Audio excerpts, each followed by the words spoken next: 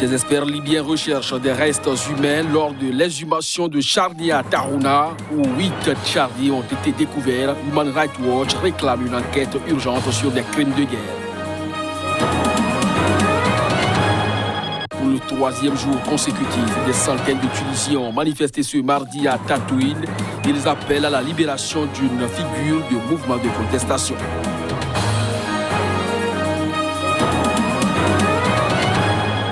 Un djihadiste, membre de l'organisation des Shebab en Somalie, s'est fait exploser ce mardi près d'une base d'entraînement de l'armée turque à Mogadiscio.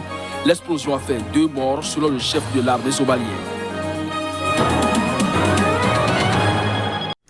Bonsoir à chacun, bonsoir à tous et bienvenue dans cette session d'information sur SICA. La Ligue arabe a appelé ce mardi au retrait de la Libye des troupes étrangères et à l'ouverture de pourparlers pour mettre fin au conflit dans ce pays.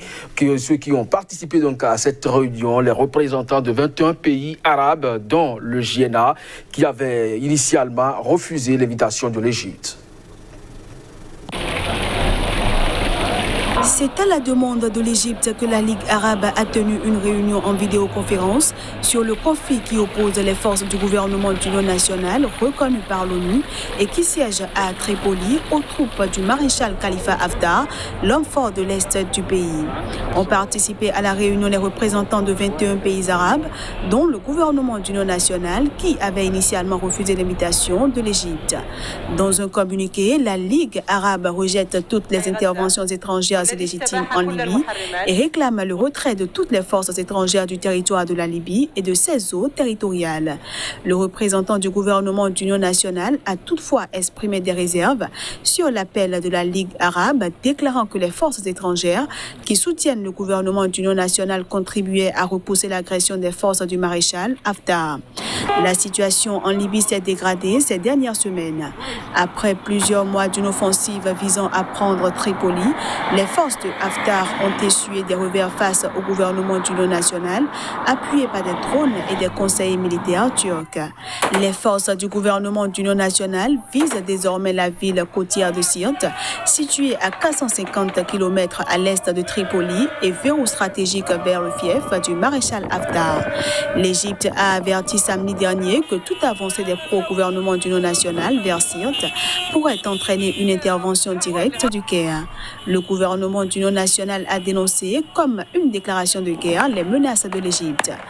Alors que la Turquie soutient le gouvernement d'union nationale, le maréchal Haftar, outre l'Égypte, est soutenu par les Émirats arabes unis et par la Russie.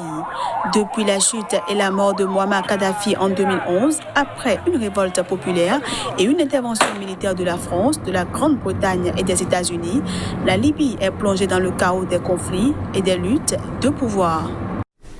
Toujours en Libye, des experts recherchent des restes humains lors de l'exhumation de charniers découverts à Tarhouna, où 8 charniers ont été donc effectivement découverts. Human Rights Watch réclame une enquête urgente sur des crimes de guerre de la zone récemment saisie par le gouvernement d'union nationale des mains des troupes du maréchal Khalifa Haftar.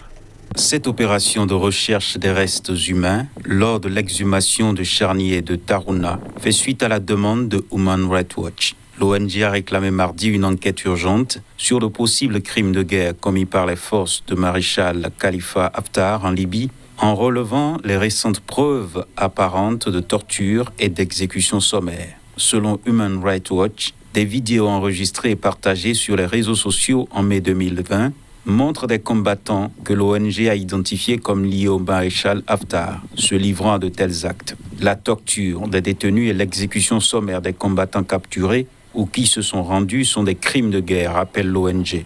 Après avoir lancé en avril 2019 une offensive sur Tripoli, siège du gouvernement d'union nationale JNA, reconnu par l'ONU, les troupes du maréchal Haftar, homme fort de l'Est libyen, ont dû battre en retraite à la suite d'une série de revers ces dernières semaines. Ces combats aux portes de la capitale, dans un pays en proie au chaos depuis la chute du régime de Muammar Kadhafi en 2011, ont fait des centaines de morts, dont des civils, et plus de 200 000 déplacés. Dans leur retraite vers l'Est et le Sud, les pro-Haftar ont été accusés par le JNA d'avoir posé des champs de mines.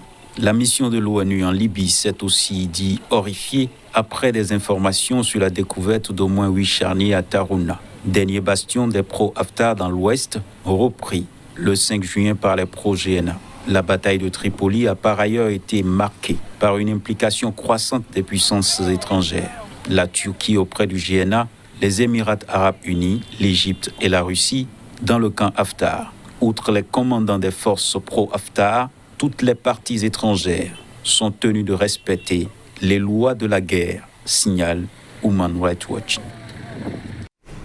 Un djihadiste membre de l'organisation des Chebab en Somalie s'est fait exploser ce mardi près d'une base d'entraînement de l'armée turque à Mogadiscio. L'explosion a fait 2 morts selon le chef de l'armée somalienne.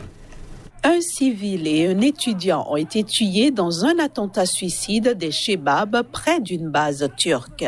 L'explosion est survenue quand un homme portant un engin explosif a tenté de s'infiltrer dans une foule d'étudiants souhaitant rejoindre l'armée, mais il a été abattu par les forces de sécurité. Il a déclenché son engin avant d'atteindre la zone où se trouvaient les étudiants qui doivent être entraînés par la Turquie, a affirmé aux médias d'État le chef de l'armée. Dans un communiqué publié par CIT, l'agence américaine de surveillance des groupes djihadistes, il ressort que les Chebab liés à Al-Qaïda ont revendiqué cette attaque. Le ministère turc de la Défense a d'ailleurs confirmé l'attaque sur Twitter, relevant qu'elle avait eu lieu à 200 mètres de la base de Mogadiscio. Nous ne laisserons pas nos frères de Somalie seuls dans leur combat contre les groupes terroristes, a-t-il assuré. Ouvert en 2017, l'Académie militaire turque de Mogadiscio est la plus importante base d'entraînement étrangère en Somalie. Plusieurs pays, dont la Turquie, forment des soldats somaliens qui remplaceront ceux de la force de l'ONU en Somalie, l'AMISOM, sur le point de quitter ce pays après presque 14 ans de présence. La Turquie est l'un des plus proches partenaires étrangers de la Somalie, lui offrant assistance militaire, humanitaire et scolaire.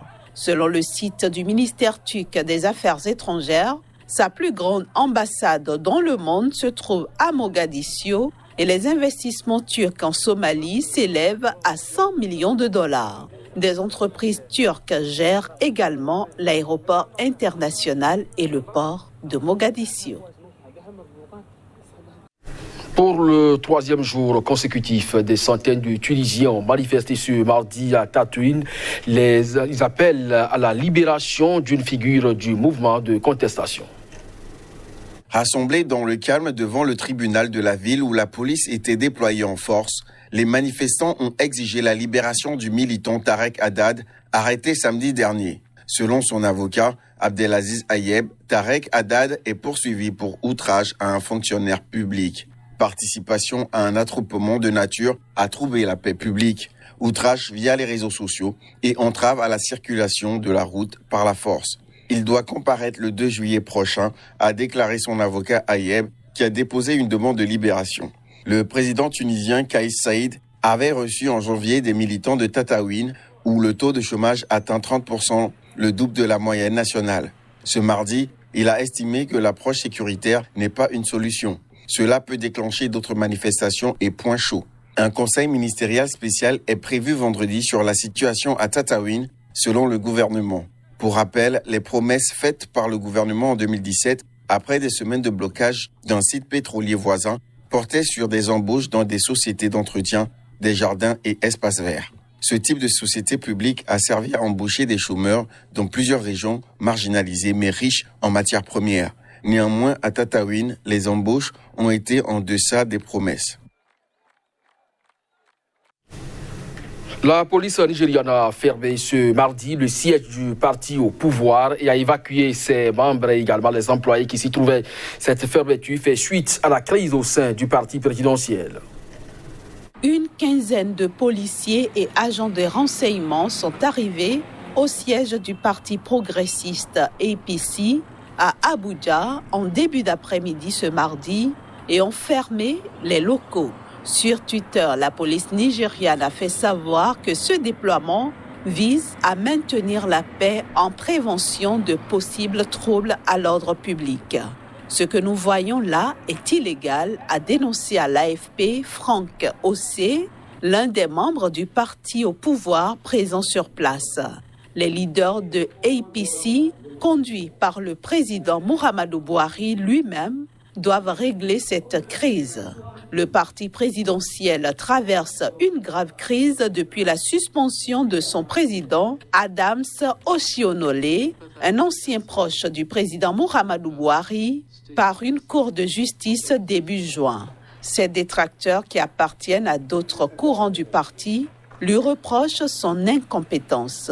Suite à cette décision de la cour de justice, Adams Oshiomhole a fait appel. Mais entre-temps, 2 autres membres du parti se sont autoproclamés présidents de APC, créant de fortes tensions à Abuja et dans les cercles de pouvoir. Dans le rang des militants, l'intervention personnelle du président Muhammadu Buhari est sollicitée pour mettre un terme à la crise. C'est cette information qui met terme à cette édition. Merci à vous de nous avoir suivis. Très bonne suite de programmes sur SICA. Très bientôt.